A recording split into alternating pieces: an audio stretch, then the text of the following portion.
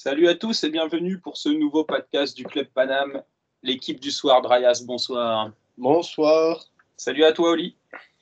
Bonsoir à tous. Et nous ne serons que 3 ce soir, car depuis que j'ai comparé Kata à Gay, il n'a pas apprécié, il a décidé de boycotter pour aller voir Star Wars. Voilà. Et du coup, il va se comparer à Yoda. Voilà, il veut retrouver un peu de semblant. Bref, au programme du soir, on va revenir sur le match contre Saint-Etienne que l'on analysera en mettant en parallèle avec le match de Galatasaray. Un même système, 2 grosses victoires, mais est-ce que vous êtes pleinement satisfait de ces 2 matchs? On y reviendra. On reviendra également sur les déclarations de Leonardo qui a beaucoup parlé ces derniers jours. Et évidemment sur le tirage au sort de la Ligue des Champions, Paris-Dortmund. Bon, on commence tout de suite par le double match Saint-Etienne-Galatasaray. Donc comme je l'ai dit, même système en 4-4-2, 2 grosses victoires. On va commencer avec toi, Oli. Est-ce que ces 2 matchs t'ont complètement convaincu ou il y a un des 2 matchs qui t'a un peu fait poser plus de doutes? Ou les deux, d'ailleurs. Non, alors des doutes pas vraiment. Globalement, oui, j'ai été convaincu par les 2 matchs. De toute façon, n'importe quelle personne qui a vu les matchs du PSG sur ces dernières semaines ne peut qu'être satisfait de ces matchs-là. Grosso modo, c'est les matchs, c'est vrai, qui se ressemblent un peu dans la physionomie, même si certains joueurs ont changé, les systèmes étaient identiques. Et ce que tout le monde a remarqué et qu'on est obligé de souligner, c'est que les intentions étaient totalement différentes des semaines précédentes. Moi, j'ai trouvé ça vraiment assez hallucinant. On aurait pu penser que jusqu'à la trêve, c'était des matchs sans grande importance. On était déjà premier en C1, on est toujours tranquille en L1. En plus, l'OM n'avait pas fait un bon résultat avant, donc ça nous donnait encore plus de points d'avance. Donc on aurait pu penser qu'il allait avoir un relâchement et on n'a pas du tout vu ça. Sur les 2 matchs, ce qui est le plus notable, et ça tout le monde l'aura remarqué, hein, c'est l'investissement des joueurs offensifs dans l'aspect défensif justement, et le fait que Neymar notamment, parce que c'est chez lui que ça a été le plus impressionnant, même si Mbappé a aussi fait des efforts, mais voir Neymar faire des replis défensifs à la 92e dans un match où tu joues plus de résultats particuliers, j'ai trouvé ça extrêmement encourageant. Alors oui, c'est pas encore parfait. Oui, il y a des problèmes avec le 4-4-2, mais je pense qu'on reviendra peut-être plus tard aujourd'hui ou dans un prochain podcast sur ce fameux 4-4-2. Est-ce que c'est viable, est-ce que c'est pas viable au haut niveau? Il y a des problèmes sur les côtés, on a pu le remarquer. Mais voilà, grosso modo, sur les 2 matchs, j'ai trouvé que c'était une équipe qui était transfigurée, mais vraiment au niveau des intentions, au niveau de l'investissement personnel. Le 4-4-2 intéressant. Et voilà, je demande juste à ce que ça continue, quoi. Et après la trêve. Est-ce que tu es aussi dithyrambique? Oui,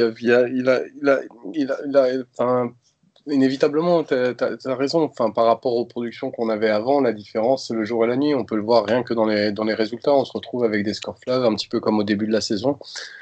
Sauf qu'au début de la saison, ça s'expliquait par, d'une manière générale, l'apathie. On avait un peu l'impression de retrouver une saison comme sous Laurent Blanc, la première ou la deuxième, je sais plus, où vraiment les équipes avaient peur de nous, venaient limite pour se faire punir. Et là, c'était pas le cas. Là, c'était pas forcément le cas. C'était pas forcément le cas des attitudes. Et on a retrouvé pourtant 2 scores fleuves, alors qu'on a accumulé les 1-0 avec le 4-3-3 depuis un petit moment. Donc là-dessus, il y a une satisfaction. Après, il faut mettre, je crois que c'est très important de mettre en parallèle le niveau des équipes adverses, même si face à des équipes, comme je viens de le dire, avec des équipes du même niveau en 4-3-3, on avait du mal. Je trouve quand même que on a une pauvreté dans les circuits de jeu, on le voit dans l'utilisation des ailes, où ça reste assez basique, on se crée trop rarement des situations de 2 contre 1 sur les ailes. Il y a un manque de mobilité, enfin il y a une mobilité, mais une mobilité qui est axiale, qui fait que j'ai l'impression que ça peut être quand même assez facile de défendre contre nous. Bon, là, je suis un peu dans la critique du 4-4-2 et de son côté viable. Et il y a aussi une autre question, c'est ce système s'est imposé à Thomas Tuchel. Ça a commencé avec la double blessure, alors je ne sais plus dans quel match, où Gay est obligé de sortir et il est obligé de faire rentrer Kouassi. Et tout à coup, on se retrouve dans une situation où on regarde les formes des joueurs, on est obligé de jouer dans ce système.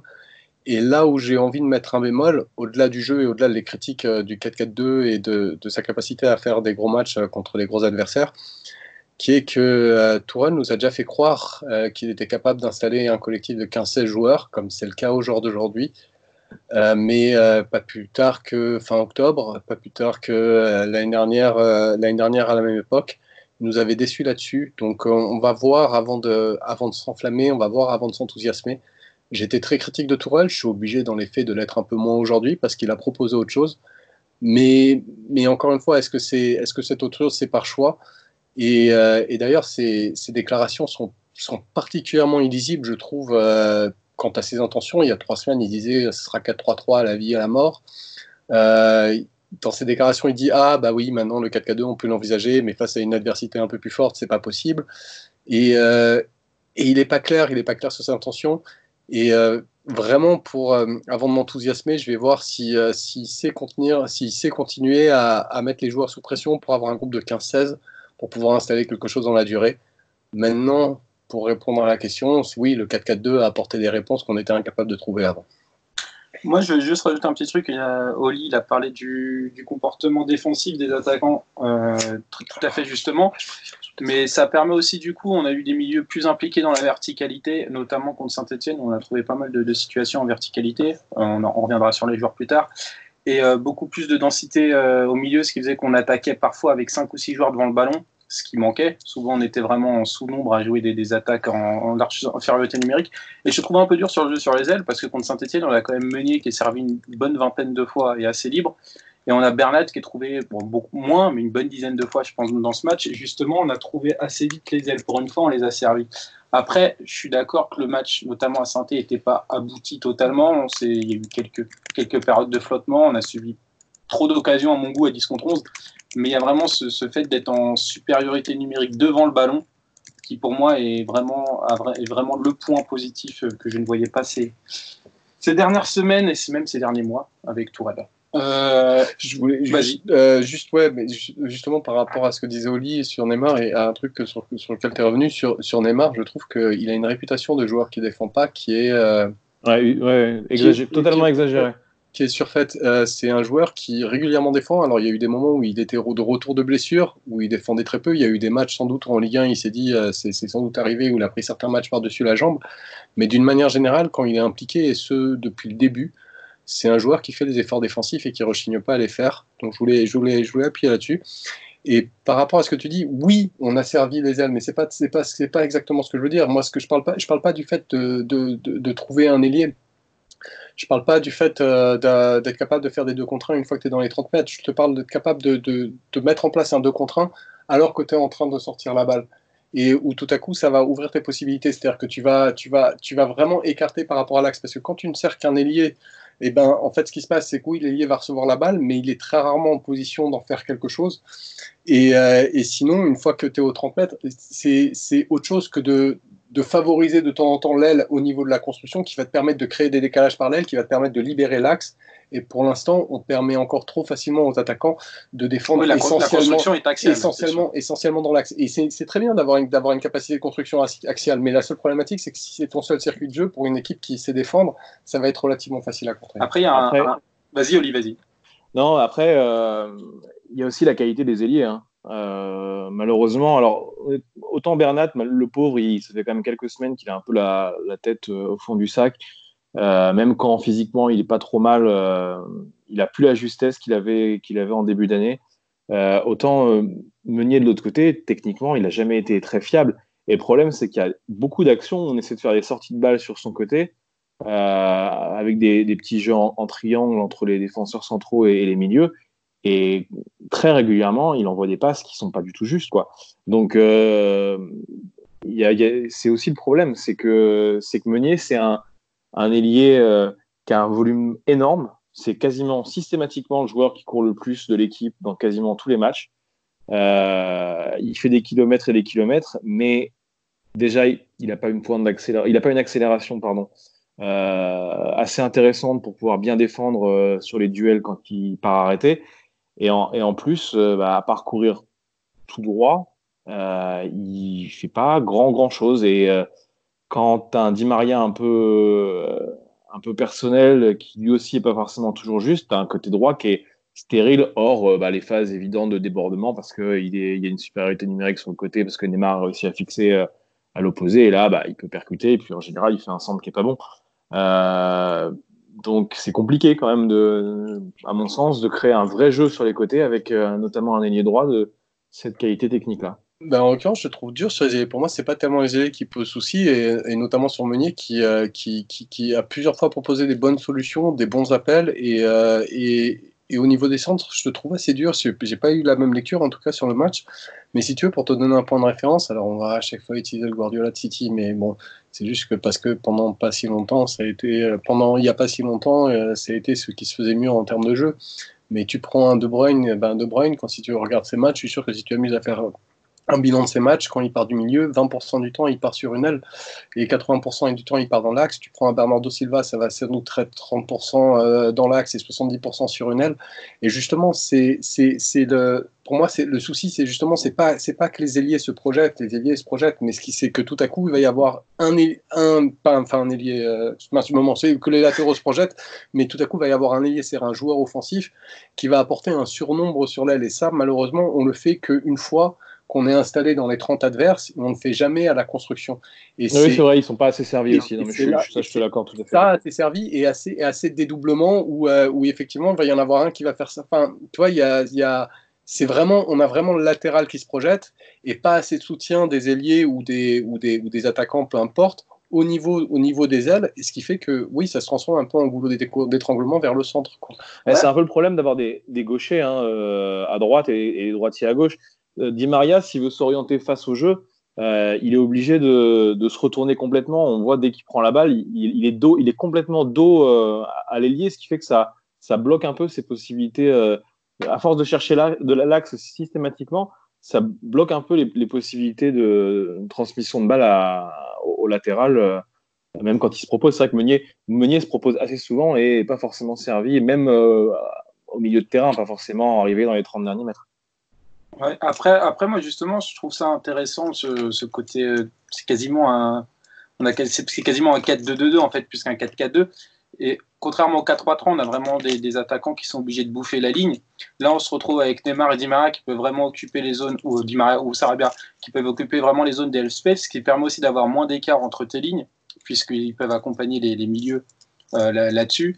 Et d'ailleurs, l'année dernière, dans notre bonne période contre Liverpool, Belgrade, dans cette espèce de système sans ballon qui était en 3-4-2, avec Di Maria qui était très recentré comme Neymar, qui avait beaucoup plus de liberté, ça permet plusieurs choses. Ça permet d'avoir un meilleur bloc équipe et ça permet à Neymar de se rapprocher d'Mbappé. Et on voit qu'ils combinent très bien ensemble. Donc moi, je trouve ça assez intéressant, le fait d'avoir des ailiers plus recentrés, justement. Mais l'immense différence, alors je suis d'accord avec toi, mais l'immense différence, si tu veux, c'est que tu compares avec une période de Liverpool où tu avais construit un système pour un jeu sans ballon. Et là, tu essayes d'appliquer les mêmes recettes pour un jeu avec ballon. Et je mets en doute pour moi, les deux sont liés. Pertinence du manque du manque d'options. On joue pour moi aussi en 4-2-2-2 avec deux meneurs de jeu excentrés qui sont malgré tout dans le cœur du jeu et pas du tout avec des ailiers ou des milieux gauche-droite, appelle-les comme tu veux, qui sont à bouffer les lignes comme sur un 4-4-2 théorique, quoi. Donc c'est vrai qu'on a deux joueurs qui sont très intérieurs entre les lignes et qui occupent toute cette zone-là, quitte à ce que des fois il y a un peu de surpopulation dans certains secteurs, mais vu qu'on est relativement fin techniquement, c'est pas choquant pour moi. Moi non plus. Bon, on verra. Ensuite, on va passer peut-être aux individualités des deux matchs. Qu'est-ce qu'on peut noter comme fait marquant? Allez, on va commencer par notamment les perfs de Paredes et de Kouassi pour donner du positif. Darius. Les immenses satisfactions. Paredes qui était infiniment critiqué mais qui n'avait jamais été utilisé à son poste et aux surprises quand il est à son poste, alors après c'est pas le meilleur du monde, hein, mais aux surprises quand il est à son poste, il est capable de proposer des réponses qui vont dans le sens du jeu. Kouassi, son défaut c'est son âge. Il est capable de défendre sur tout le match. Après, offensivement, il est capable de proposer de manière très intéressante pendant 20 minutes. Il n'est pas capable de tenir sur la durée. Mais comment tenir rigueur à un gamin de 17 ans?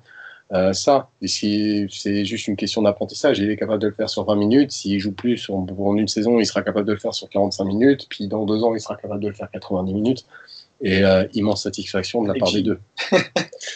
là où il sera. Et donc Paredes à Saint-Étienne qui a confirmé.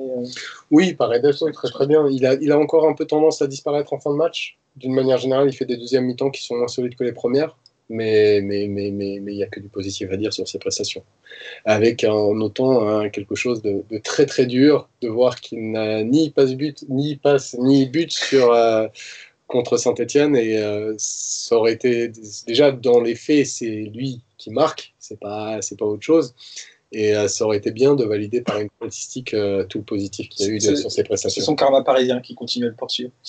Ton avis sur les deux joueurs? Kwasi, alors moi j'ai été très surpris de le voir jouer si haut. Je m'attendais à ce qu'un jeune comme ça, qui est formé en DC, qui joue quasiment toujours en charnière chez les jeunes, qui passe au milieu de terrain, je m'attendais à le voir relativement collé à la ligne défensive. Et en fait, il s'est retrouvé, surtout sur la première mi-temps, quasiment tout le temps plus haut que Paredes. Des fois même à arriver jusqu'aux 35-30 mètres. J'étais très agréablement surpris de le voir là. Et avec des super en plus. Hein. Ouais, non, c'est vrai que c'était...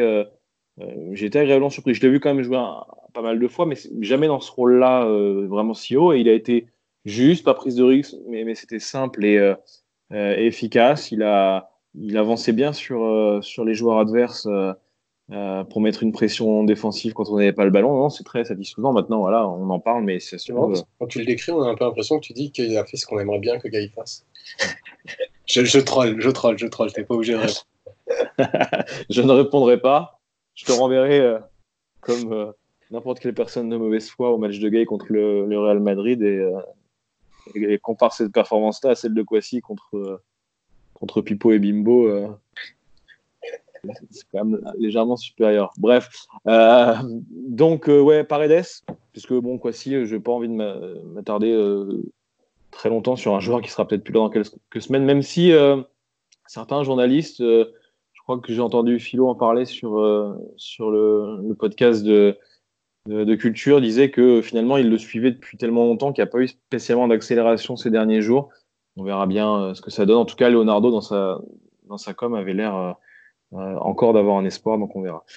Paredes, très agréablement surpris par Paredes aussi. Alors, on a joué vraiment sur ses qualités dans ces deux matchs-là. Il a quand même eu très peu de pression, mais on ne va rien lui enlever parce que malgré tout, il fait 2 matchs de très bonne facture.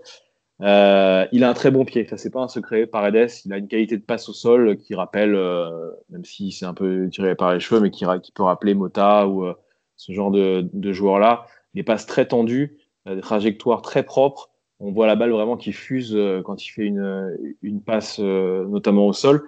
Il a une bonne frappe, ça on le savait. Il en a essayé quand même quelques dizaines au PSG, ça s'est jamais concrétisé. Donc là, ça s'est concrétisé. Dommage pour lui, il n'aura pas la stat, mais on a tous vu le but. Hein, donc même si on peut toujours se dire que Ruffier aurait pu être sur la trajectoire si jamais elle n'avait pas été déviée, mais on peut au moins dans l'esprit lui donner le but. Il est intéressant aussi défensivement quand il avance sur les joueurs. C'est un joueur qui est assez dur au mal, même si on ne dirait pas parce qu'il a un peu une tête de playboy avec les sourcils rasés. Mais c'est un mec qui est dur au mal. D'ailleurs, j'ai jamais vu un joueur se faire autant avoiner dans un match. À chaque match, il prend une grosse faute. Ça a commencé par la faute de Fekir sur son match contre Lyon. Il y a Neymar qui est pas mal pour se faire avoiner quand même. Neymar prend plus balle au pied qu'un Paredes. Ouais, mais Neymar se prend beaucoup de petites fautes, alors que Paredes, il en prend une énorme à chaque fois. Et là, il aurait pu laisser un genou. Sur le rouge. Hein. Ouais, il aurait pu vraiment y laisser une jambe s'il avait la jambe plantée dans le sol. Heureusement, l'appui était pas sur cette jambe-là à ce moment-là, mais il aurait pu vraiment se faire très mal. Non, il a été vraiment intéressant. Il a fait ce qu'on espérait le voir faire. Et voilà, moi, je demande qu'une chose, c'est de voir plus que ça, même si ce sera le seul petit bémol que j'apporterai. On a vu contre Galatasaray que les 2 fois où Lemina l'a provoqué balle au pied, il a pris 4 mètres en 2 mètres. Il est incapable de défendre en 1 contre 1 sur un joueur qui a un minimum de vitesse. Et ça, notamment, on pourrait y revenir plus tard, et contre une équipe comme Dortmund, par exemple, pour moi, ça peut pas fonctionner. Ça dépend. On va en reparler plus tard dans le podcast. Ouais. Donc voilà, non, Paredes, globalement très content. Je suis très content de le revoir à un bon niveau comme ça. Et voilà, j'espère qu'il pourra devenir un élément vraiment important dans la rotation. Pas forcément pour détrôner Verratti, même si on joue en 4-4-2, même si certains commencent déjà à dire ça, mais au moins pour être dans la première rotation à ce poste-là, ce serait déjà très bien par rapport à ce qu'on voyait de lui il y a 3 semaines, quoi. Ok, on va passer sur les centraux. On a eu Diallo avec la blessure de Kimpembe qui a pu enchaîner 2 matchs, une fois avec Marquinhos contre Galatasaray, une fois avec Silva contre Saint-Étienne. Qu'est-ce que vous avez pensé de Diallo et puis des 2 charnières en général, Oli?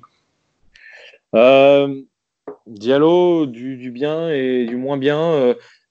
On sait que c'est un joueur qui a beaucoup de ballons. Moi, quand je nous vois pressés, ce qui n'est pas arrivé beaucoup sur les derniers matchs, mais quand je nous vois pressés et que je le vois lui et Bernat ensemble, j'ai pas la peur que j'ai avec Kimpembe en me disant qu'est-ce qu'il va faire, il va s'enfermer sur un côté, il va perdre la balle. Maintenant, il a eu un problème notamment sur le dernier match. Il a encore des problèmes de placement sur les duels. Il apprécie pas forcément toujours très bien les trajectoires et du ballon et des joueurs. Ce qui fait que voilà, il a concédé quand même 2 ou 3 occasions assez dangereuses sur son côté lors du match contre Saint-Étienne. C'est un joueur auquel je crois toujours, donc je pense qu'il lui faut du temps. Comme je répète régulièrement, si De Ligt il a du mal à s'habituer à un changement d'équipe et il a du mal à se placer et il fait des bourdes alors que c'est peut-être le plus gros potentiel à son poste. Il n'y a pas de raison que Diallo, comme par miracle, lui arrive dès le départ en ayant très peu de temps de jeu. Mais voilà, faut qu'il fasse gaffe, faut qu'il règle ça. Est-ce que c'est du placement avec son coéquipier de charnière? Est-ce que c'est un problème dans la technique de défense qu'il a besoin de corriger? C'est difficile à dire, mais c'est vrai qu'il y a encore du boulot. Mais c'est quelqu'un qui, à terme, pourrait grandement aider notre jeu à la construction. Donc voilà, je demande un peu de temps de jeu pour lui pour continuer à voir ce qu'il peut donner. Seb.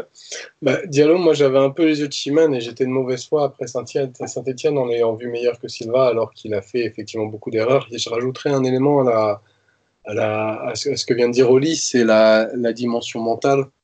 Le fait d'avoir joué un match et d'avoir apporté pleinement satisfaction, parce que son match contre Galatasaray, il faut dire que Galatasaray ne pressait pas beaucoup, n'était pas dangereux, mais il fait un très très bon match contre Galatasaray, il n'y a presque rien à redire. Et c'est tout bête, mais il se retrouve à enchaîner 2 titularisations, comme tu l'as rappelé très justement. Il vient de changer de club. Enchaîner 2 titularisations, ça met une pression. Moi, c'est un joueur dans lequel je crois beaucoup. Et sa prestation à Saint-Étienne, même si c'est vrai qu'elle était en deçà, je l'ai trouvé, moi, elle ne m'inquiète pas. Et c'est un joueur que j'ai hâte de le voir grandir dans le club parce que je pense que on a peut-être un bon central en devenir. Et après, justement, la raison pour laquelle j'avais jugé un peu trop gentiment Diallo et peut-être un peu trop durement Silva contre Saint-Étienne, ça a été l'apport balle au pied de Thiago Silva contre Saint-Étienne où on a vu un joueur qui a attendu pour faire sa première passe vers l'avant. Je crois que c'était la 60e minute. Et il y avait vraiment matière à ce que les centraux soient un peu plus proactifs dans ce match-là, comme Diallo l'a été. Alors après, il s'est raté défensivement, et il ne s'est pas raté défensivement parce qu'il était pris dans son dos, il s'est raté défensivement parce qu'il était approximatif dans ses gestes, il était approximatif dans son appréciation des duels.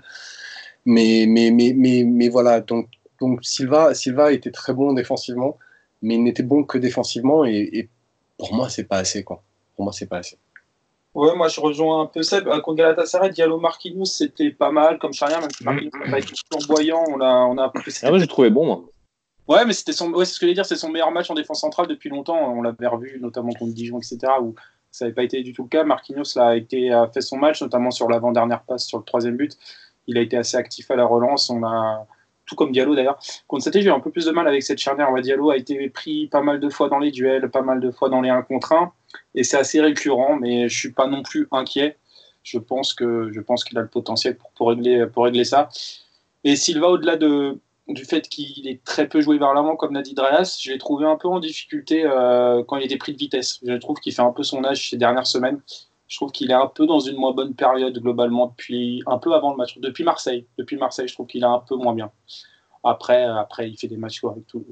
Oui, non, mais de toute façon, enfin, il n'y a rien de tel que quand tu vois Thiago Silva de près, comme on a pu le voir une fois, parce qu'on était bas au parc, où tu t'aperçois que c'est une machine c'est une machine à récupérer, c'est une machine à voir où est-ce que ça va aller. Il est dingue pour ça. Il est impressionnant. mais mettez en le droit d'attendre plus malgré tout. Voilà. Mais comme dit Basto, c'est vrai alors quand on dit qu'il accuse le coup, c'est vraiment qu'il accuse le coup défensivement, c'est vraiment mettre en référence à son niveau précédent, parce que même un défenseur qui défensivement n'aurait que le niveau de Thiago Silva aujourd'hui serait un très très très bon défenseur. Mais voilà, c'est juste ça passe répéter. Après, il a plus d'efforts à faire quand on domine outrageusement les matchs. Il est un peu plus haut quand même que souvent, ce qui fait qu'il a peut-être plus de courses en arrière à faire. Et c'est vrai qu'on voit que la pointe de vitesse, qui a quand même jamais été son fort, il en a perdu forcément un peu. Voilà, donc c'est pas à 35 ans. Tu sais, tout ça, c'est à mettre en parallèle. Il y a un match, c'était la saison passée, où il est axe droit d'une défense à 3, je ne sais plus lequel. Voilà, et il est très très intéressant. C'est un joueur qui a une qualité balle au pied qui est techniquement balle au pied, c'est partie du top 10 des défenseurs centraux mondiaux. Mais il est capable de te faire des transversales au millimètre, il est capable de te faire des passes au sol léchées vers l'avant. Il n'en fait pas beaucoup.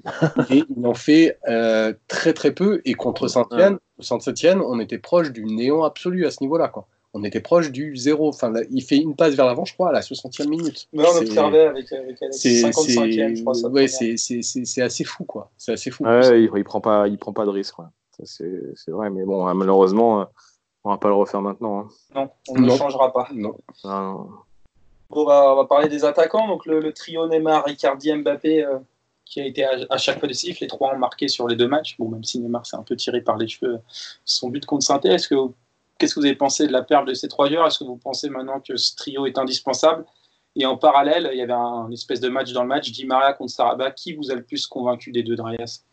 Alors bon, pour les trois premiers, oui, à l'heure actuelle, ils sont indispensables. L'entente entre Neymar et Icardi est encore à peaufiner, mais l'entente entre Mbappé et Icardi, elle est stellar, comme disent les Anglais.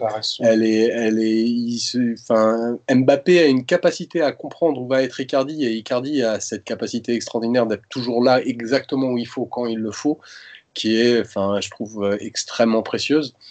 Sur Mbappé, qui était pas mal critiqué récemment, faut prendre en compte un joueur de 20 ans, c'est les courbes de progression, le fait de progresser est empreint de courbes de régression. Il y a des moments où on régresse, et que dire que quand un joueur régresse, il est décisif au moins une fois par match quand il régresse. Voilà, et quand il n'est pas en train de régresser et qu'enfin il se libère comme depuis quelques matchs, là ça n'a plus rien à voir dans le jeu. On commence même à voir quelque chose qu'on n'avait jamais vu avant, parce qu'autant Neymar, il y avait une critique que je trouve un peu usurpée, qui est l'implication défensive de Neymar, autant pour Mbappé elle était vraiment justifiée, et elle l'est de moins en moins.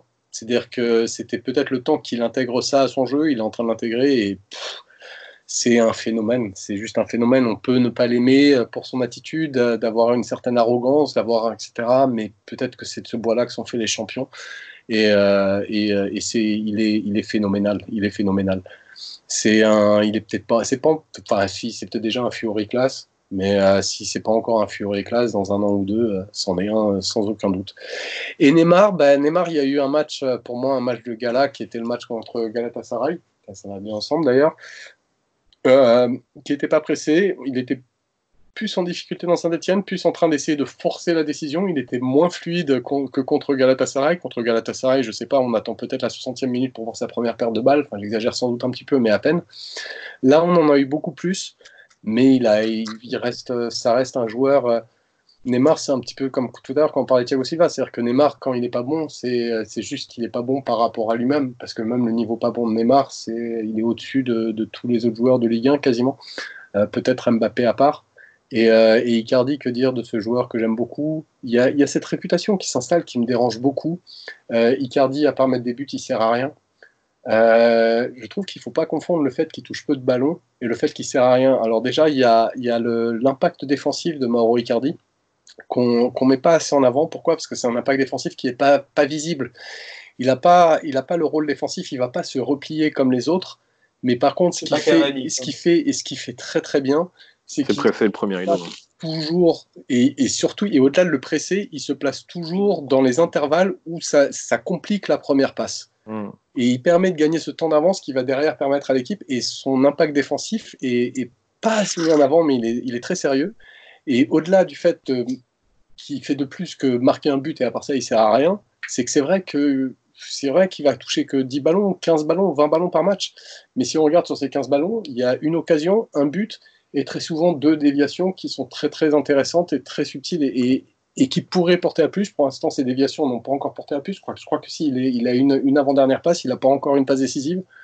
Mais l'enfermer juste dans le rôle du mec qui marque et qui sert à rien, je trouve ça un petit peu dur. C'est pas Pippo Inzaghi par rapport à certaines réflexions des gens et j'avais envie de le rappeler. Et enfin, pour terminer, Sarabia, Di Maria, ben, c'est simple. On a un Di Maria qui est infiniment plus talentueux, mais on a un Sarabia qui, je trouve, est plus consistant, au moins dans l'effort, à défaut d'être consistant avec le ballon. Et on a un Di Maria qui, mine de rien, est dans le dur. Alors, j'ai vu des commentaires qui étaient très satisfaits sur le match contre Saint-Etienne. Moi, j'aurais tendance à dire qu'il était moyen, quoi. Il était un peu moins bien que ce qu'il avait été récemment, mais on n'est pas dans le Di Maria d'il y a 2 mois qui était en train de marcher sur l'eau et c'est bien de le mettre en concurrence avec Sarabia et d'installer cette concurrence pour piquer un petit peu l'orgueil du joueur et pour faire en sorte qu'il revienne un peu plus fit, un peu plus fort. Oli, ton avis?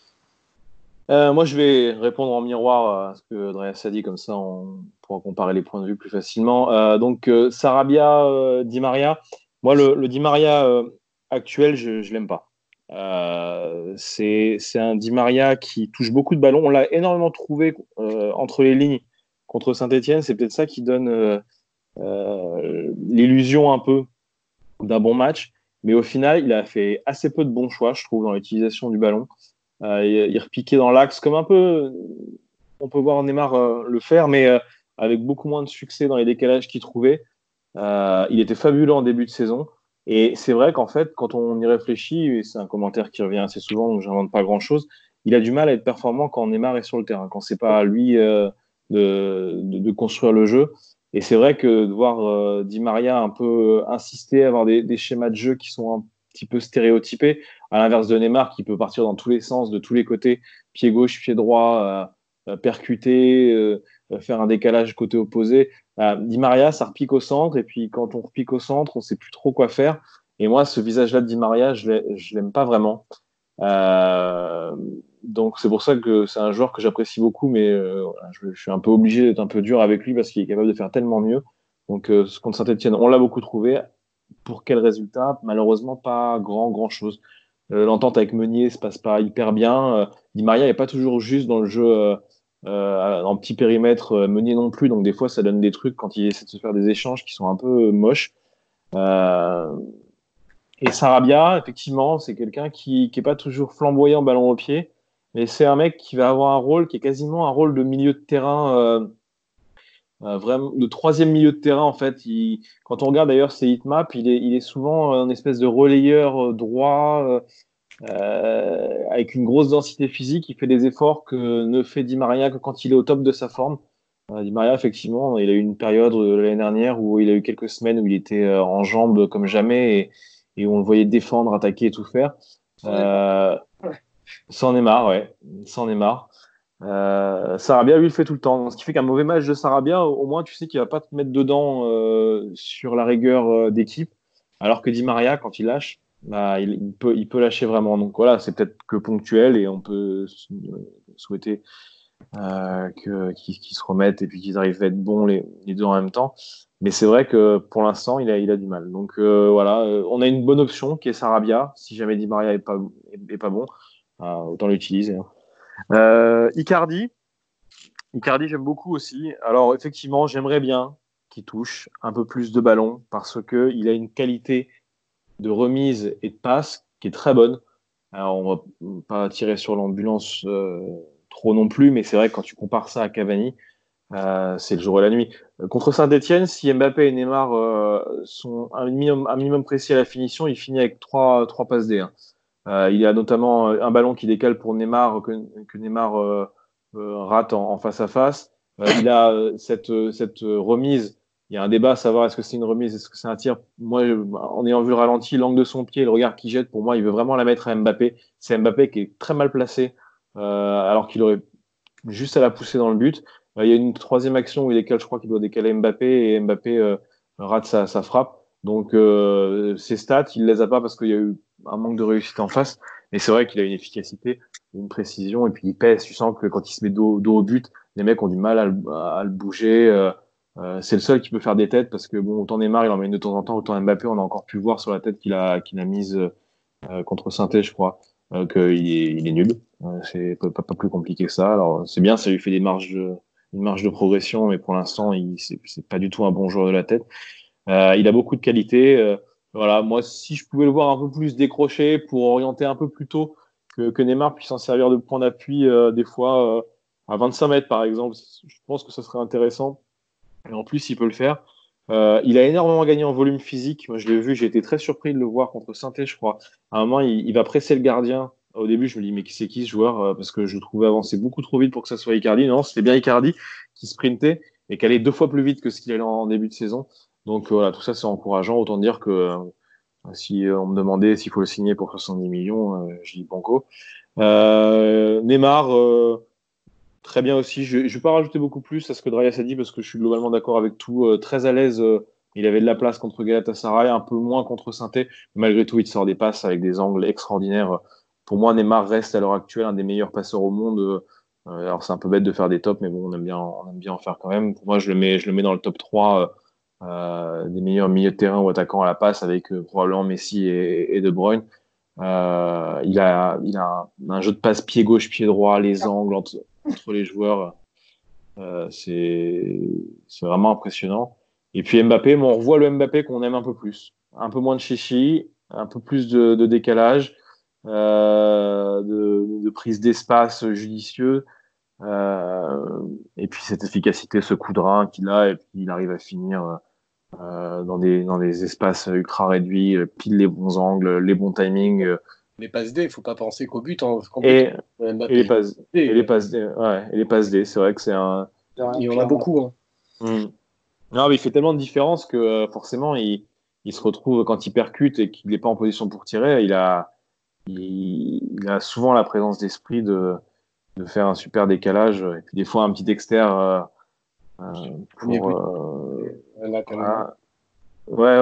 Non, mais c'est un joueur qui a un instinct. De toute façon, il suffit de voir sa fameuse presque passe D pour Giroud contre la Belgique à la Coupe du Monde pour voir que c'est un mec qui, à défaut d'être le joueur le plus talentueux du monde, parce que c'est pas un Messi, c'est pas un Ronaldinho, mais qui en plus de l'éthique de travail et de la mentalité a un instinct quand même du positionnement de ses partenaires qui est vraiment vraiment impressionnant. Donc voilà, Mbappé qui aussi, il rate de moins en moins, je trouve. Ah ouais, c'est vrai.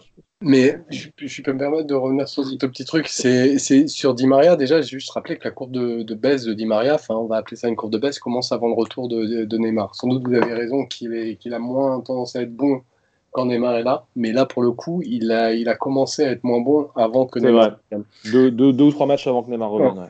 Ensuite de ça, je voulais appuyer le point très juste que tu as mis en avant sur la relation avec les aides. Il suffit de voir la relation entre Di Maria et Meunier que tu jugeais déplorable et je pense à juste titre. Et la comparer avec celle entre Sarabia et Meunier, qui est bien plus productive et bien plus efficace. Et regardez ce qui se passe de l'autre côté, entre Neymar et Bernat, c'est le jour et la nuit. Le Real, notamment, match aller.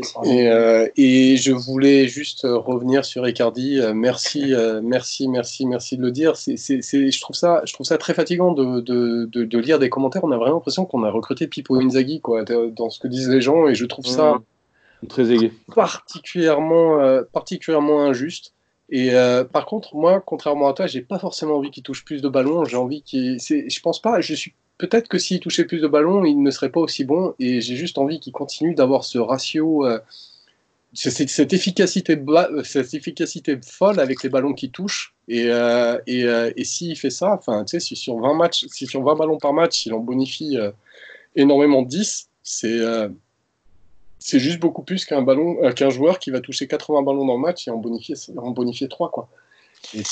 Et dans la zone de vérité et qualité de placement, enfin bon, les commentaires sur lui sont injustement réducteurs. Moi, je suis très très optimiste les réactions. Je pense que j'ai l'impression que la plupart ont nos réactions sur Icardi. Ben, la plupart, il y en a beaucoup qui le comparent grosso merdo au mec qui sert à un attaquant de surface pur. Ouais. J'ai pas trop vu ça. Si, beaucoup. Beaucoup. Mais alors, moi juste après, on a sûrement beaucoup de choses à dire, mais on n'a pas encore la situation dans laquelle, je pense, pour moi, Icardi pourrait vraiment être utile en décrochant. Mais je pense vraiment que si on subit, si Neymar est marqué plus près et a besoin d'un joueur pour justement s'appuyer un petit peu, pour se défaire de certains marquages, et qu'on a envie d'envoyer plus Mbappé en profondeur, ou que ça ne peut pas forcément toujours être Mbappé à côté de Neymar, je pense quand même dans ces situations-là, ça pourrait toujours un peu soulager les attaquants, même les milieux de terrain à la construction, d'avoir un point d'appui en Icardi. Voilà, c'est seule situation. Après, quand on domine comme ça, il pourrait rester dans la surface et mettre un but tous les demi-ballons qui touchent, formidable. Mais dans ce cas-là, on risque de voir un Icardi qui sera moins abondant. C'est-à-dire qu'à mon avis, un Icardi qui il va toujours chercher à être décisif. C'est un joueur qui a une nature à être décisif. C'est-à-dire que quand il reçoit une balle et qu'il ne peut pas marquer, c'est pour faire une déviation qui va vers le but. Et être capable, tu vois, autant je suis convaincu, moi, et je l'ai vu faire des matchs à l'Inter Milan comme ça, où il était capable de jouer dos au but, mais à chaque fois qu'il joue dos au but, c'est pour faire une passe vers l'avant. Et il y a une zone de frustration qui intervient, parce que justement, il ne va pas être capable de la garder un peu dans un modèle Giroud, de garder la balle, la remettre derrière, etc. Il a pas ce réflexe-là. Il a l'instinct du tueur, et il a le réflexe de tout le temps chercher la passe. Et s'il le faisait trop, il aurait trop de ratés et il deviendrait peut-être agaçant. C'est ma crainte en tout cas. S'il touchait trop de balles. Ok, moi je vais pas rajouter grand-chose. Juste mon petit mot sur Sarabia Di Maria. Autant dans un 4-3-3, effectivement, peut-être que Di Maria a plus cette capacité à être décisif et à pouvoir faire gagner un match, sachant qu'on n'aurait que 2 joueurs à côté de lui qui sont capables, vu qu'on n'a aucun milieu à la De Bruyne, ou soit que ce soit, pour faire la différence. Dans un 4-4-2, j'ai toujours estimé que la meilleure formule, c'est un créateur et un facilitateur de jeu. Donc là, on a le créateur avec Neymar. Et donc, on a plus Sarabia, je pense qu'il est un peu plus simple dans son jeu que Di Maria. Donc en 4-4-2, j'ai ma petite préférence pour Sarabia. Mais après, ça ne joue pas à grand-chose non plus. Sinon, on a qu'à mettre Sarabia au match retour, Di Maria au match aller, vu qu'on sait que Di Maria est toujours décisif au match aller. Beaucoup moins au match retour. De toute façon, Di Maria peut prendre son jaune au match aller et laisser Sarabia au match c'est pas faux. Au retour. Hein. C'est pas faux. On verra déjà dans quel système on joue. Tiens, on va un peu parler de ça d'ailleurs. Qu'est-ce que vous attendez au retour des blessés en janvier, notamment Gay, Kimpembe? Est-ce qu'il faut persévérer dans ce 4-4-2? Est-ce qu'il faut faire jouer les deux systèmes? Bref, qu'est-ce que vous attendez là-dessus, Dryas? J'attends qu'il fasse les deux, moi. J'attends qu'il fasse les deux. J'attends pas. Alors bon, là, il y a une prise de confiance avec le 4-4-2, donc il faut peut-être continuer 2-3 matchs dessus, mais il y a un moment, il ne faudra pas s'endormir dessus. Il faudra repasser en 4-3-3, ne serait-ce que pour voir les points faibles. Et juste, j'attends une mise sous pression. J'attends le fait qu'il y ait qu'un joueur qui ait ce qu'a dit Léo. Enfin, on va en parler tout à l'heure, mais voilà, qu'il y ait vraiment 2 systèmes. Et là, il y a cette interrogation concernant Thomas Tuchel, qui est est-ce qu'il a installé ce système parce qu'il n'avait pas le choix, et contraint et forcé au vu des résultats et du fait que tout simplement, faut pas oublier que là on sort de 2 matchs satisfaisants. Avant ces 2 matchs satisfaisants, on sort de 2 mois de purge. Donc je pense que Tuchel n'est pas complètement aveugle et donc il est obligé de reconnaître. Mais est-ce qu'il va pas retomber dans ses travers? Est-ce qu'il va pas tuer la concurrence qui s'est installée alors que, par 2 fois, il nous l'a montré dans le passé? On dit jamais 203. Moi, je veux toujours donner l'Africain. J'ai que à gagner à ce qu'il fasse mieux. Mais j'ai des gros doutes quant à sa capacité à vraiment concerner un vestiaire. Et moi, mon espoir, c'est qu'il joue en 4-4-2, qu'il joue en 4-3-3, qu'il continue d'essayer, quitte à ce qu'il y ait des échecs. Encore une fois, la Ligue 1, on a une telle marge que même si on a des échecs, on l'a bien vu pendant 2 mois, ça suffit pour rester devant. Et j'espère ce travail. La problématique qu'il faut prendre en compte, c'est à moins qu'on bazarde les coupes nationales, on a un calendrier absolument dément qui nous attend avant le match contre Dortmund. Je crois que c'est 14 matchs, potentiellement 14 matchs. Quand Dortmund, dans la même période, on aura 6. Mais au-delà de la comparaison avec Dortmund, c'est un calendrier qui est dément. c'est le match retour donc le match retour contre Monaco qui vient foutre la merde. Donc on n'aura pas des masses de temps pour bosser, mais l'avantage qu'on a, et c'est la Ligue 1, c'est un championnat qui est relativement faible, qui nous permet de faire des tests. Et j'attends ça, le fait que les titulaires ne soient pas tout le temps les mêmes, que les titulaires ne soient pas que dictés par les blessures. Et j'attends ça. Et après, le système, peu importe, le 4-4-2 a montré certaines qualités. Est-ce que c'est des qualités qui sont suffisantes face à un gros pressing? Ça reste à démontrer. Le 4-3-3 a manqué peu de qualité, même si pour l'instant, face à un gros pressing, il apporte potentiellement un peu plus de satisfaction. Mais on ne prend le niveau des individualités en donnant très envie aux individualités de performer pour mériter leur place sur le terrain, qu'on trouvera des solutions en 4-4-2 et en 4-3-3. Et je pense qu'il est essentiel d'avoir deux systèmes quand tu rentres en Ligue des Champions, parce que tout simplement, quand il y a un truc qui ne marche pas en début de match, il faut être capable de changer. Oli, est-ce que tu partages cet avis? Globalement, oui. Je suis incapable de dire ce qui va se passer à la rentrée quand tout le monde sera dispo. C'est très difficile à lire. On peut cependant faire un rapprochement avec ce qu'on dira sur la com de Leonardo plus tard. Leonardo a fortement insisté sur les progrès actuels en 4-4-2. Il a fortement insisté sur la nécessité de toute manière d'avoir un plan A et un plan B. Donc ça colle avec le fait d'avoir plusieurs options. Alors en fonction de l'opposition, à mon avis, ça pourra évoluer. Mais ceci étant dit, je reviens sur ce que je disais un petit peu tout à l'heure, le 4-4-2 qu'on a vu avec Sarabia, on n'est pas loin du 4-3-3, hein. À peu de choses près, parce qu'Mbappé de toute manière est toujours plus ou moins axial. Sarabia est toujours plus ou moins vers l'intérieur du milieu et assez bas. Donc finalement, ça se joue à quelques mètres. Donc la différence n'est pas forcément flagrante entre les deux systèmes. Moi, je pense par contre que si on s'installe en 4-4-2 durablement, il n'est pas impossible qu'on ait du Kehrer en latéral droit ou du Diallo en latéral gauche, des essais de bétonnage des couloirs, parce que c'est le gros problème de ce système-là, c'est et on l'a vu ne serait-ce contre Saint-Étienne alors qu'ils étaient à 10, parfois ça part dans le dos de Bernat et de Meunier et c'est compliqué à rattraper. Alors c'est vrai que le pauvre Bernat, il y avait Paredes dans sa zone qui est pas capable de faire des compensations sur 20 mètres pour rattraper les joueurs, donc ça aide pas. Voilà, effectivement de la concurrence de toute manière. Alors Tourelle dit qu'il met Di Maria sur la feuille des matchs à chaque fois. Pour moi, c'est pas justifié pour le Di Maria actuel. Même si ça fait peut-être un peu offense à ce qu'il apporte au PSG, ce qu'il a fait en début de saison, mais voilà, c'est comme ça. Pourquoi pas titiller un peu Verratti en mettant en 4-4-2 Paredes dans la rotation un peu plus, et puis tant mieux si jamais il réagit bien à cette concurrence-là. Après, Neymar et Mbappé, tu les mets, tu réfléchis pas trop. Mais je suis pas si persuadé que ça, qu'on voit beaucoup Mbappé tout seul en neuf, par contre.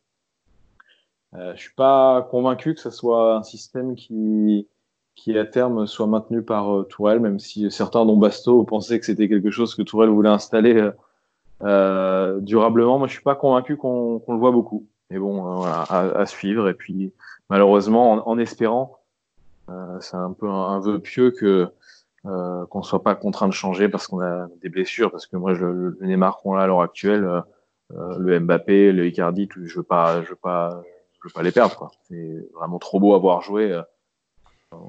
On a tellement été sevrés de beaux jeux depuis des mois que là, ça commence un peu à tourner. On veut continuer à voir l'équipe progresser, hein. Et Leonardo, encore une fois, on en reparlera, a insisté beaucoup sur la phase de progression et sur le fait qu'il nous restait une marge de progression.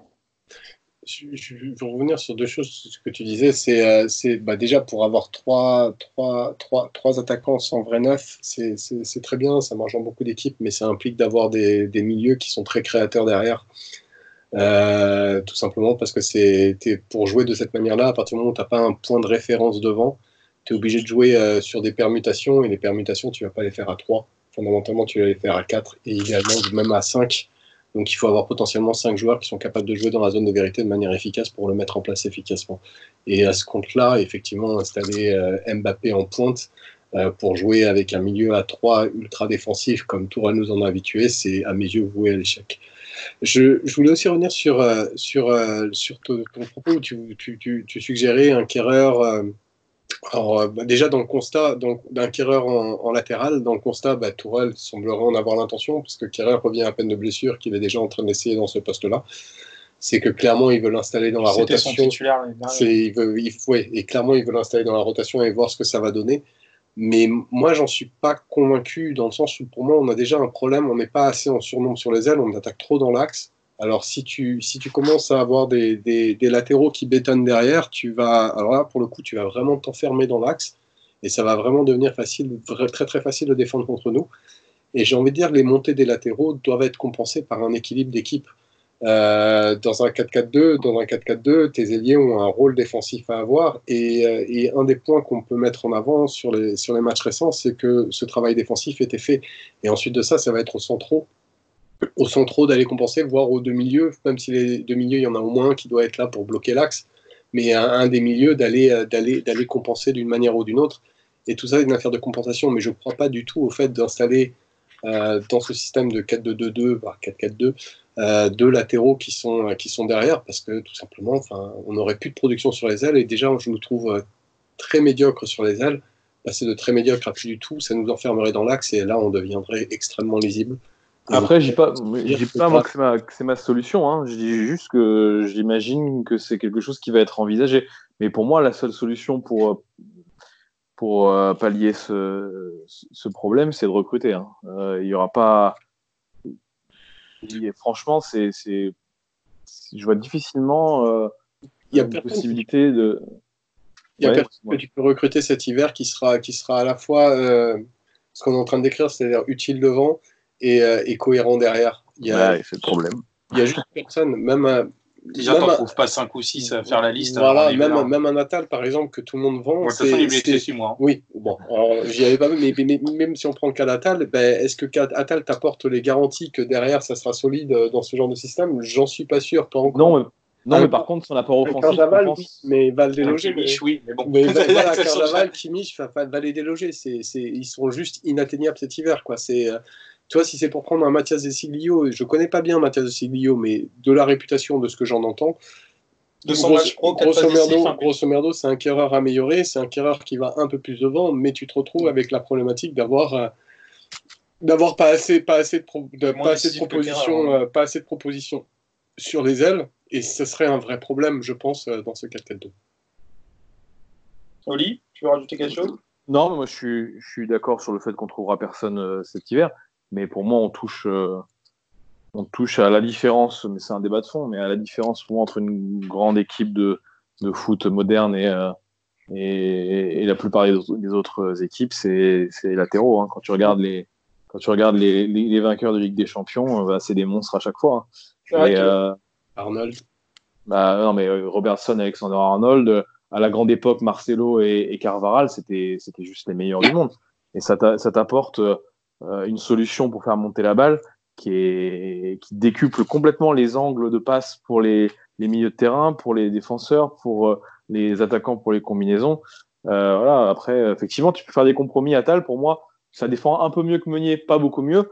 Mais par contre, c'est tellement plus intéressant ballon au pied que ça compense un petit peu. Mais oui, il n'y aura pas de miracle. Des latéraux de chaque côté, de toute façon, il y en a 3-4 top. Après, le reste, c'est second chapeau. Hein. Donc, c'est très compliqué quand même, problème. Mais bon. Après, sinon, c'est soit bon devant, soit bon derrière, mais t'as pas donc... c'est fini, les Philippe et Louis, les Juan Fran, tout ça, ils sont... Mais c'est pour ça que tu es obligé de compenser justement par le travail d'équipe, et c'est à toi de mettre en place des mécanismes des mécanismes sans ballon qui vont permettre de compenser cette problématique-là. C'est le travail de coach. Après, c'est vrai qu'il y a 20 ans, le poste de latéral, c'était un peu le poste du plus nul. On mettait le plus nul à ce poste. C'était vraiment pas important. Dans le foot moderne, depuis 10 ans, c'est une importance primordiale, les latéraux. Il y a eu un extraordinaire, mais il était sur la fin de sa carrière. Maxwell. Alves, c'était un top. C'était son poste, mais bon, le problème, il est que tu. Oui, non, mais Alves à son meilleur, c'était. Ouais, c'était dingue. Mais le problème, il est toujours que si t'as Verratti par exemple, et qu'on imagine Verratti à 2 dans un milieu à 2 en 4-4-2, pardon. Si Verratti combine avec Bernat et qu'il y a une perte de balle là, il te reste plus qu'un défenseur central, quoi. Et c'est vrai que c'est un peu compliqué parce que pour que l'autre milieu, ou alors il faut que l'autre milieu soit vraiment collé dans l'axe et qu'il ne soit pas resté sur son côté droit pour essayer de faire une compensation. Et c'est là où pour moi Marquinhos on pourra en reparler un autre jour si vous voulez, mais pourra tirer son épingle du jeu par son volume. Mais pour aller chercher. À droit, pourquoi pas aussi.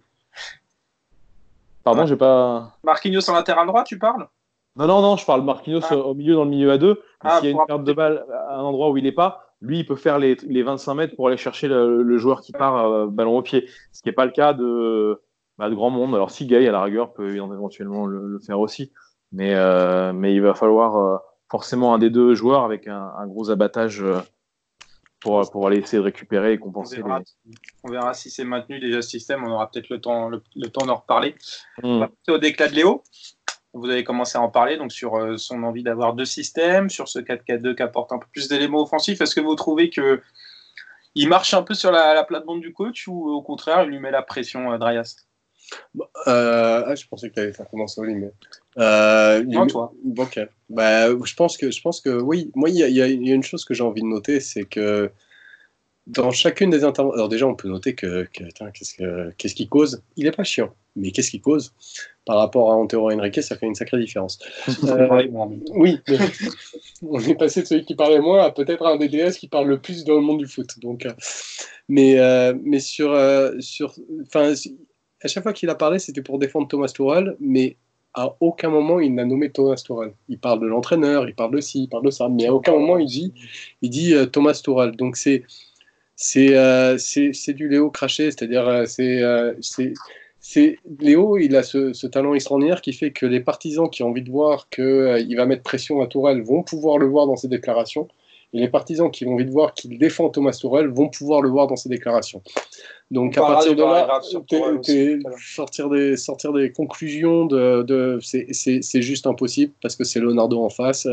Pas oublier, c'est le mec qui a dit, je crois la veille, qu'il ne partait pas de Milan pour se retrouver le lendemain au Paris Saint-Germain. Il avait dit à Giuliani, non, je vous jure, je pars pas. Et le lendemain, il avait signé au PSG.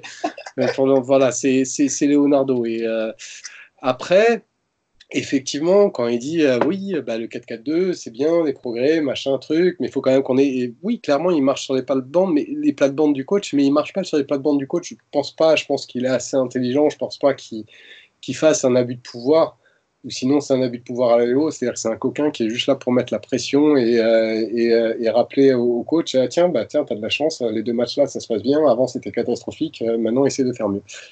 Donc mais encore une fois, je suis dans la lecture que j'ai envie d'avoir, et avec Léo, savoir ce qu'il veut vraiment dire. Bonne chance. Oli?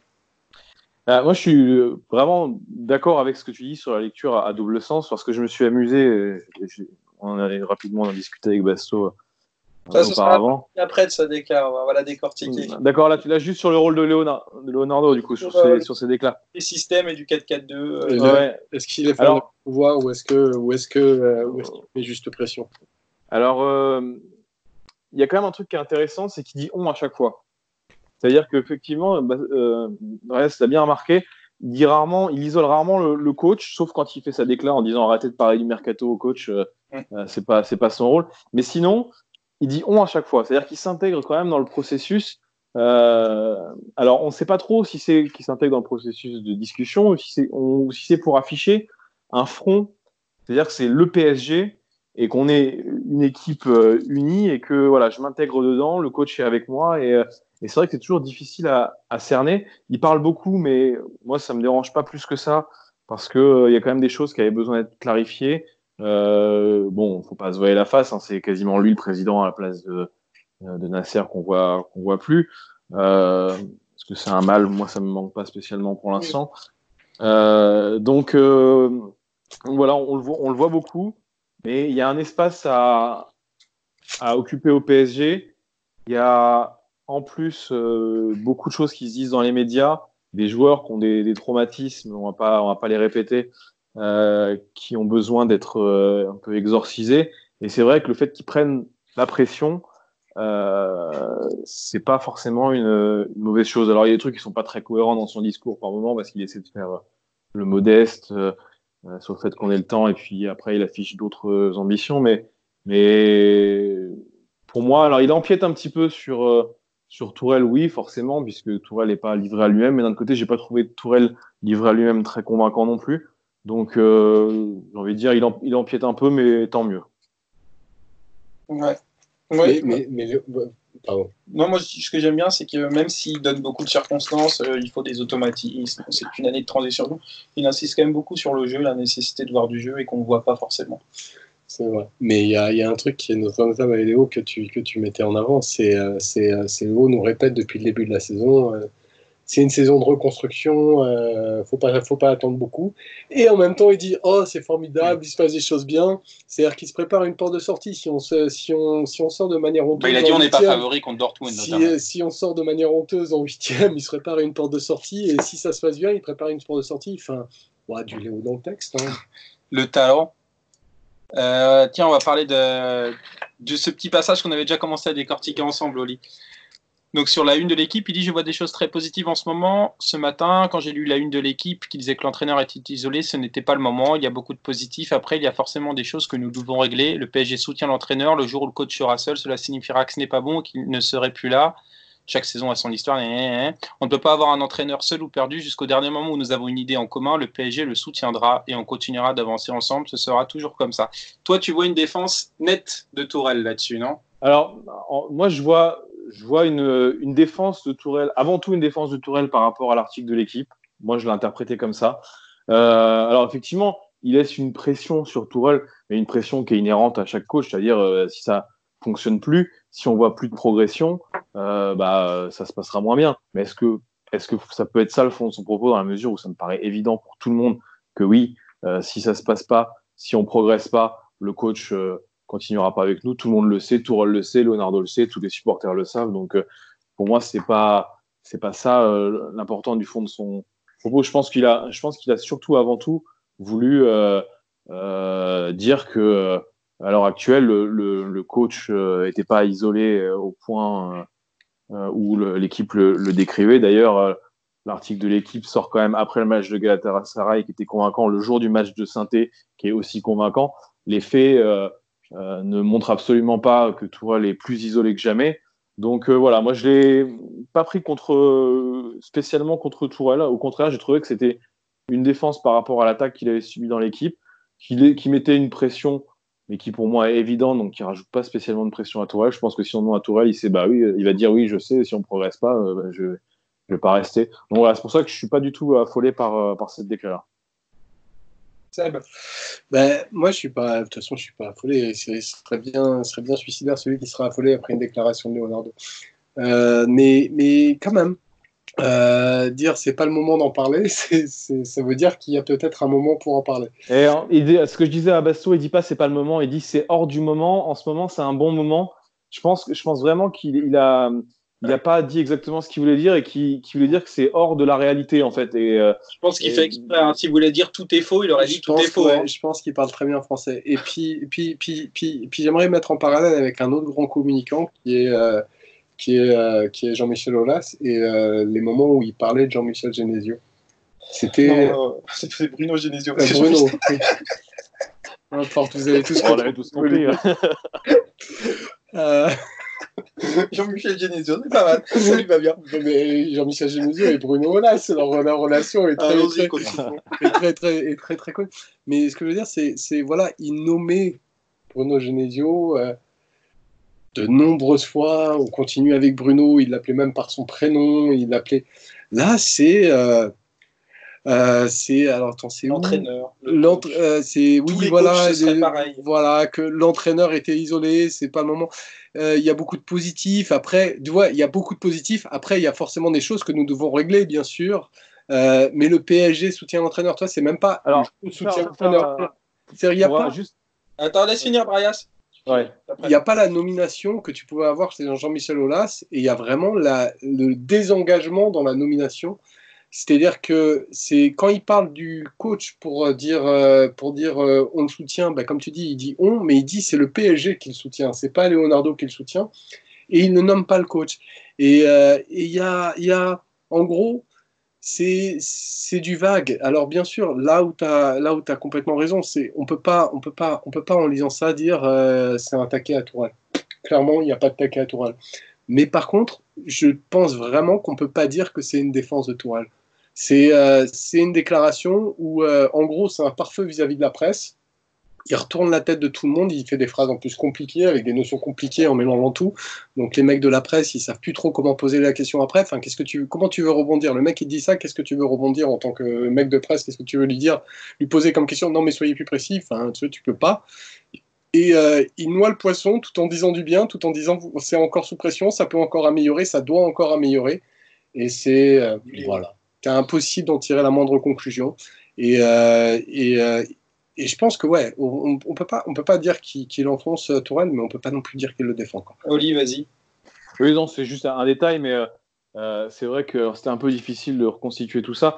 Mais en voyant les rushs de l'équipe qui a diffusé l'interview à des moments qui n'étaient pas diffusés par le même média, il parle en fait avant des problèmes du PSG et notamment du problème de blessure. Il dit plusieurs fois où il y a des problèmes, notamment les blessures, et on est en train de regarder ça. Donc ça rejoint un peu le fait d'empiéter ou pas, parce qu'il dit clairement qu'il est en train de regarder le dossier des blessures. Mais ça peut, je dis pas que c'est forcément ça, mais ça peut être à ça qu'il fait référence, puisqu'il en parlait immédiatement avant, quand il dit qu'il y a des choses à régler. Il y a notamment les histoires des blessures. Voilà, c'est juste un petit éclairage à apporter mais globalement, on n'est quand même pas très très loin d'être d'accord. Pour moi, c'était pas une défense intégrale de Tourelle, mais ça l'était au moins sur l'article de l'équipe. D'ailleurs, c'est une défense du poste d'entraîneur au Paris Saint-Germain. Ouais. C'est pas, mais tu peux pas dire que c'est une défense de Thomas Tuchel, l'entraîneur. Alors, j'ai une question à vous poser et j'y ai pensé. Excuse-moi, Adresse. Il y a une chose sur laquelle aussi, il faut pas oublier qu'il y a peu de temps, Thomas Tuchel avait parlé du mercato d'une manière un petit peu libérale, où il avait exprimé des désirs de manière et on s'était demandé à l'époque, mais Thomas Tuchel se prenait-il pas pour un DS? Et c'est possible qu'il y ait aussi dans le fait qu'il il parlait du jeu, de machin, petite vengeance pour ok, tu veux parler du truc de DS, ben moi je vais nommer le jeu. Et puis enfin voilà, c'est Léo. C'est Léo. Il peut avoir un agenda que personne ne saisit. Et voilà. Mais par rapport à ce que tu disais, je pense vraiment qu'il y a une chose qui est sûre, c'est qu'il défend l'entraîneur du Paris Saint-Germain. Il a dit ce serait le cas avec n'importe quel coach. Tant qu'un coach est là, on sera derrière. Voilà. Il défend l'entraîneur du Paris Saint-Germain. Entraîneur, pas de Tourelle. La question que j'avais à vous poser, moi, c'est parce que j'ai un peu un trou. Est-ce que vous vous souvenez s'il parlait différemment de Laurent Blanc, par exemple? Pardon, j'ai pas entendu. Excuse-moi. Non, j'ai dit, est-ce que vous vous souvenez, mais c'est une vraie question, hein, c'est pas une question rhétorique, s'il parlait différemment de Laurent Blanc. Laurent Blanc arrive. Pas du tout pareil. Non, mais il est parti. Il est parti l'été où Blanc arrive. Et puis tu te souviens, non, il arrive. Oui, voilà, c'est lui qui nomme. Il se met en il y a un espèce de casting, etc., où les choix, et tu sens que Léo est plus impliqué. Ça n'a rien à voir. Oui, même à la conférence de Blanc, Léo, qui est d'habitude aux avant-postes, était au fond de la salle. Il sait qu'il allait partir. Si tu veux, tu pourrais comparer avec ce qui s'est passé avec Camboiré, avec Carlo Ancelotti, mais avec Laurent Blanc, c'est juste incomparable parce que Carlo, il était plus proche, donc c'est difficile. Oui. Camboiré, j'ai pas le souvenir qu'il parle d'Antoine ou du coach Camboiré ou de. J'ai toujours un peu l'impression de voir Leonardo s'exprimer comme ça quand il parlait. Par contre, il y avait une défense claire de Comboiré et il le vire en décembre. Ouais. D'ailleurs, Comboiré dit toujours que ça a été très cordial avec Leonardo et qu'il s'entend très bien avec lui, que ça a toujours été clair. Mais Leonardo était toujours dans la défense de l'entraîneur tant que l'entraîneur était là. Oui, c'est sûr. Mais voilà, après, pour finir là-dessus, ça rejoint ce que disait Drayas sur le double langage. C'est que on peut aussi interpréter ça dans le sens de Tourelle, dans la mesure où il enlève toute pression sur le résultat en Ligue des Champions, alors que si tu as envie de s'aborder Tourelle, tu peux très bien dire qu'il faut aller loin, faut faire une demi et il saute automatiquement si c'est pas le cas. Il a aussi tendance à beaucoup axer sur la progression, donc tu peux te dire aussi, si tu veux être pro Tourelle, je suis pas convaincu que ce soit la bonne interprétation non plus, mais un pro Tourelle pur pourra interpréter ça comme finalement Tourelle qu'on voyait tous un peu foutu à la porte si jamais il n'y a pas un gros résultat en C1. S'il y a une progression intéressante, peut-être qu'il pourrait rester. Alors que moi, je pense que là-dessus cette lecture elle est très naïve. Je pense que le truc que prépare Leonardo en fonction du parcours en C1 avec toutes ses déclarations, c'est le fait que Leonardo s'en sorte. Et, Peut-être, ah oui, non, mais j'ai pas dit que c'était la bonne. Hein, mais que si jamais on sort en 8e, que Leonardo, par ses déclarations, puisse dire je vous l'avais dit, que machin. Mais d'ailleurs... Et puis pour le coach, tu peux même constater, je trouve que là, sur le coach, il va plus loin parce que tout le monde se focus sur le 4-4-2 et machin truc, mais il y a tout ce chapitre sur les jeunes, et notamment sur Aouchiche. Kouassi, c'était très bien. Et puis Aouchiche, si on se souvient, il l'avait fait jouer contre Metz, et tu sens que fais-les jouer, tu vois, c'est limite, il intervient dans les titularisations. Tu vois, c'est... je pense pas qu'il intervient dans les titularisations. Non, mais il y a... Voilà, je pense que le vrai agenda de Léo, c'est d'abord Leonardo, ensuite le Paris Saint-Germain, et bien plus bas le coach. Alors, deux petites choses, ouais. Quand il dit là, il met pas la pression Ligue des Champions, quand Carlo avait des difficultés en Ligue 1, c'était le contraire, il disait c'est une équipe taillée pour l'Europe, donc il avait inversé la tendance de la pression là-dessus, donc c'est du classique Léo. Et sur Aouchiche, une petite info, je suis dans un groupe Twitter avec, mais pas la même que l'autre fois, avec une personne qui notamment a travaillé ponctuellement à Culture, PSG, France Football, enfin qui est journaliste, qui est en contact régulier avec l'agent d'Aouchiche. L'agent d'Aouchiche lui maintient que Aouchiche va signer. Bon, après, on verra. Mais, ils ont toujours plus ou moins dit ça. C'est vrai que ce serait bon signe. Parce que moi, à choisir entre Kouassi et Aouchiche, je préfère autant. Moi, j'aimerais bien signer les deux et les prêter l'année prochaine, en fait. Ah oui, non, bien sûr, les deux, mais je parle tu signes les deux et tu les prêtes l'année prochaine et ils reviennent un an après en ayant fait. Aouchiche, non. Aouchiche, tu le gardes encore un an, mais tu le fais un peu plus jouer que ce qu'il joue. Parce que là. T'as des fois où c'est. Mais en cas de deux, ça va être compliqué si on regarde ce système. Oui, c'est sûr. Mais t'as des fois où il fait rentrer pour 5 minutes. Non, mais si tu veux, quand tu fais pas rentrer pour 5 minutes, tu t'en fous un peu. T'as des fois, t'as Choupo-Moting qui est sur le banc. Choupo-Moting, c'est ni le présent ni le futur du Paris Saint-Germain. Aouchiche, c'est potentiellement le futur.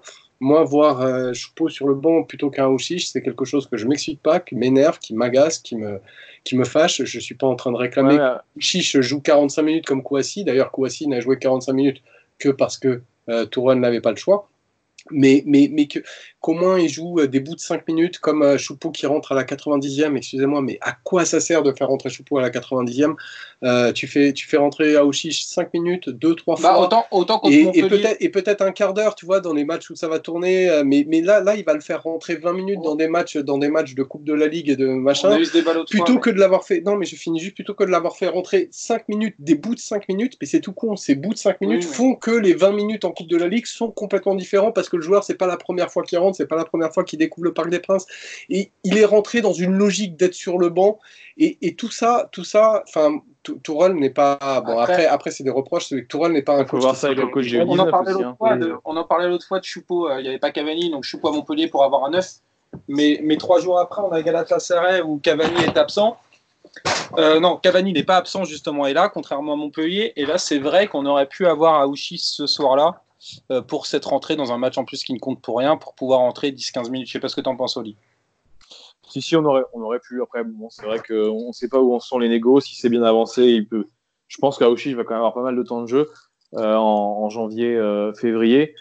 Maintenant, est-ce que l'entraîneur des U19 va apprécier qu'un de ses meilleurs joueurs soit dépouillé pour jouer 3 minutes 30 Après, ce week-end, il y avait la Gambardella, donc ça se comprend que Aouchiche était laissé de côté. Ouais. Mais voilà, je sais pas quelle relation ils ont, quelle dynamique ils ont installée entre les U19 et l'équipe première. J'espère qu'on le verra un peu plus en deuxième partie de saison, ouais, c'est sûr. On espère tous, on verra comment ça se passe. On va passer au dernier point, le tirage au sort de la Ligue des Champions, Paris-Dortmund, le retour de Tourelle face à son ancien club. Je vais vous demander une question simple. Est-ce que vous êtes confiant et à combien vous estimez les chances de Paris de passer, si on vous disait aujourd'hui comme ça un petit prono? Vas-y, Oli. Le prono, pour moi, je dirais 2 tiers de passer, 1 tiers de sortir. C'est peut-être je suis en 60-40.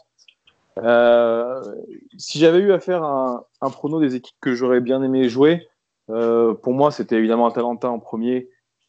Et puis après, Naples, Dortmund. Donc, ça me dérange pas plus que ça. Pour moi, c'est une équipe qui n'a pas un jeu qui est fait pour nous poser des problèmes. C'est une équipe qui cherche encore beaucoup. C'est une équipe qui, dans l'axe notamment, est très appauvrie. Il joue en ce moment d'ailleurs avec une défense à 3 parce que c'était vraiment pas plus possible en 4-4-2 avec un milieu de terrain Witsel, Brandt sur les derniers matchs. Witsel, on ne sait pas trop ce qu'il a, il s'est fracassé chez lui. Personne n'est capable de dire quand il va revenir. Weigl sera suspendu au premier match. Julian Brandt, c'est quand même un joueur ultra offensif. Il y a moyen que dans l'axe, si on est bien rodé, comme on l'a fait sur les derniers matchs. Pardon ? Il y a Delaney aussi au milieu, qui n'avait pas été mauvais l'année dernière.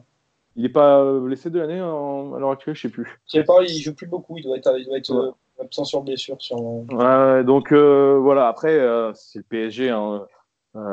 Ça sert à rien après de dire oui, mais Manchester United l'année dernière, là, les U19 de Manu, on a perdu. Oui, à ce compte-là, tu dis qu'on finalement on peut sortir contre n'importe qui, et c'est vrai. Mais si on évacue un tout petit peu l'aspect mental, qui malheureusement compte, mais qu'on ne peut pas quantifier, c'est pour moi une équipe au niveau du match-up qui est pas défavorable au PSG. Je pense qu'on a moyen de leur faire très mal. Je pense qu'on va y avoir des périodes pendant le match, comme à chaque fois contre Dortmund, où on va subir énormément parce qu'ils peuvent avoir 10 minutes, un quart d'heure de folie où ça part de tous les côtés, tout le monde court, ça joue vers l'avant.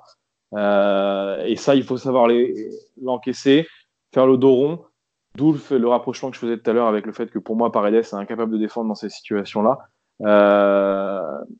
Mais voilà, je suis relativement confiant, si on peut encore être un peu confiant quand on est le PSG en 8e de finale de Ligue des Champions.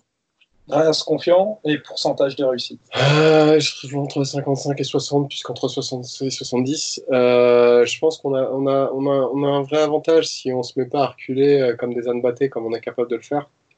Je pense qu'on a vraiment les centraux qui sont capables de contrer les attaquants, la vivacité des attaquants. Je ne les vois pas nous poser tant de problèmes que ça si on recule pas trop. Après, on a montré. Alors, il y a à la fois, je suis pas inquiet par rapport à Manchester United. Pourquoi ? Parce que je trouve que justement, on a un rebond qu'on avait rarement eu. Je fais référence notamment au match retour contre Real. C'est quelque chose qu'on a. Alors, c'est en phase de poule, c'est vrai. Mais même en phase de poule, on a rarement vu le fait d'être autant derrière et d'être capable de revenir. Si on avait eu ce mental-là contre Manchester, on n'aurait certainement pas connu la sortie de route qu'on a connue. Et de ce que j'ai entendu dire, après je ne les ai pas vus jouer cette année, je sais que ça jouait très très bien l'année dernière, je sais que c'est beaucoup plus laborieux cette année, que le milieu est beaucoup plus en délicatesse et qu'il se repose beaucoup sur la vivacité de leurs ailiers. Et je pense que défensivement, si on recule pas trop, ça devrait le faire. Et par contre, je trouve vraiment le jugement sur Paredes injuste. Je pense que Paredes doit être accompagné. Paredes, c'est un profil... tu vois, il a besoin d'avoir un 8. Typiquement, Paredes des Rossi, ça aurait été un milieu très cohérent. Et il a besoin d'avoir un chien de garde. Comme quand Pirlo joue aussi. Ouais, voilà, c'est ça. Il a besoin d'avoir un chien de garde. Et il est un peu meilleur défensivement si on compare avec Pirlo, sans avoir le talent ballon au pied de Pirlo. Mais il est un peu meilleur défensivement que Pirlo. Et je pense que l'utilité de Paredes, après, moi, je ne pense pas que Paredes est un titulaire potentiel au Paris Saint-Germain. Je pense que c'est un joueur de rotation potentiel au Paris Saint-Germain. Mais je pense que voilà, ça va être une question d'organisation. Il ne faut pas qu'on se mette à avoir peur, qu'on se mette à trop reculer, parce que là, on pourrait prendre le bouillon. Mais si on est sérieux, normalement, ça passe. On a des telles individualités devant, ils ont des telles faiblesses derrière. Alors moi, même si j'ai un peu trollé le groupe Discord hier en disant que Dortmund était favori, avant le tirage, j'avais dit 60-40 pour Paris, j'avais fait un peu le pourcentage pour toutes les équipes. J'aurais préféré par contre taper Chelsea ou Naples que Dortmund. Où là, je suis un peu plus dur que vous, c'est que Dortmund est une équipe qui joue en avançant, qu'on a beaucoup de mal à défendre en reculant, et qu'ils ont leur point fort, puis on a notre point faible, c'est-à-dire sur les ailes, notamment avec Sancho, Marco Reus, Guerreiro et Hakimi. Et que ça peut être une grande difficulté dans notre défense sur les ailes, justement, et que si, malheureusement, on n'arrive pas à gagner la bataille du milieu, et ça arrive assez souvent, malheureusement, en Ligue des Champions, ça peut être tout de suite très, très compliqué. Il faudra absolument gagner cette bataille du milieu. Ouais, alors là, heureusement, leur milieu est quand même assez dépeuplé. Par contre, moi, je pense que Dortmund, pour avoir quand même vu pas mal de leurs matchs, et notamment en C1, il y a un moment où tu vas forcément reculer. J'ai même les grosses équipes, j'ai très rarement... et ça, il faut quand même être prêt, des fois, à prendre 15 minutes où les mecs vont te mettre des vagues et tu vas être obligé de défendre en reculant. Ils l'ont fait contre toutes les grosses équipes. Alors, par contre, si tu arrives à à être suffisamment patient, solide, et pour ressortir fort derrière et les contrer, il y a moyen de les assassiner parce que ça leur mettrait vraiment la tête au fond du sac. Qu'ils ont quand même une charnière. C'est Hummels qui est cramé, de chez cramé, Akanji qui est quand même loin d'être un top défenseur, et Zagadou en ce moment parce qu'il joue avec une défense à 3. Voilà, c'est pas. C'est très très loin d'être un top. Tu fais partir Mbappé dans le dos de Hummels, il fait 2 fois le tour du stade avant que Hummels il arrive à le rattraper. Donc, après, comme tu le dis, c'est une équipe, même qui en méforme, a réussi sans un grand Ter Stegen, ils battaient Barça, ils ont réussi à battre l'Inter de Conte, donc c'est une équipe qui reste dangereuse. Il faudra vraiment bien gérer ce temps faible que tu parles sur les 15-20 minutes où ils vont mettre la pression et bouillon. Je connais pas, j'ai pas assez vu jouer Dortmund pour vraiment en parler en fait. Et sur le fait de gérer les temps faibles, c'est un peu kiff-kiff à Paris. On a su le faire de temps en temps, mais on a su aussi montrer qu'on ne savait pas du tout faire. Mais je pense que là-dessus, on a un meilleur état d'esprit. Enfin, moi pour ça, enfin, toi, autant c'est est-ce qu'on sait défendre surface? Non, ça pas forcément, mais être capable de trouver les rebonds pendant le match quand on a vraiment besoin. Le match contre le Real, c'est un match qu'on n'avait pas fait. Sauf que derrière, on recoule après. Oui, mais ce match-là, tu l'avais pas fait il y a pas si longtemps. Donc globalement, on est d'accord sur un 60-40. Confiant, mais. Ouais, je pense que c'est. Ouais, mais pas trop, quoi. Oui, on peut pas trop se la rappeler non plus. Mais c'est vrai que le match du Real, quand tu penses qu'on aurait pu l'arracher, depuis combien de temps on n'a pas vu le PSG être proche de faire un hold-up en Ligue des Champions? On est 2-0, qu'on revient à 2-2 à la 88e, sauf qu'à la place du poteau de Bale, c'est un but. Ouais, c'est vrai qu'on l'avait pris. Elle avait pris un bouillon énorme. On revient à 2-2 un peu miraculeusement, un peu comme Real, sauf que là, cette fois-ci, on tient le. Non, cette fois-ci, on tient pas. On se prend un 3. 2-1, allez, on prend, non? Non, 3-2. On gagne 2-1, on perd 3-2 à l'aller. On était revenu justement comme ça à 2-2 dans les dernières minutes et puis on s'en était pris un 3 minutes après. Ah oui, non, on parlait pas du même match, autant pour moi. Je parlais de l'aller qui ressemble pour moi au retour contre le Real cette année, c'est-à-dire un groupe. Et puis là, on tient pas. Bref, on finit par, comme d'habitude, un petit pronostic pour le match de demain. Le Mans PSG, la grosse affiche. Je serai au stade évidemment pour ce choc à ne pas manquer. Comment s'appelle le stade déjà? La MMA Arena. Oli, un petit pronostic, on avait tous faux contre Saint. Il y a eu des 3. Je suis absolument infoutu de vous donner un pronostic sur ce match-là. Tiens, on va lancer un petit jeu, on va marquer des points dès qu'il y en a un qui gagne, on verra en fin de saison. Ouais, mais je suis à 6 joueurs près, je suis incapable de vous donner la compo. 6 joueurs près au PSG et à 11 joueurs près pour l'équipe du Mans. Donc, allez, je vais me dire un petit 4-1. 4-1 Paris, Seb. Moi, j'ai un pronostic de blessure pour Paris. non, je rigole. C'est un mauvais. Surtout, je pronostique pas du tout ça. Moi, je pronostique un 4-0. 4-0. Moi, je suis quasiment sûr de la compo de demain. Hein. On va pas la faire, mais je vais dire 2-0 Paris. On a souvent du mal dans ces premiers tours. L'année dernière, en Orléans, on avait souffert notamment. 2-0. Eh bien, on verra qui marquera peut-être un premier point. C'est le moment de se quitter pour ce podcast. Et donc, on se retrouve après les dernier match avant la trêve, donc après Le Mans et Amiens notamment. Merci Oli d'avoir été avec nous. Merci à vous. Merci Seb. Merci. Merci les auditeurs et à la prochaine. Ciao. Ciao tout le monde. Ciao.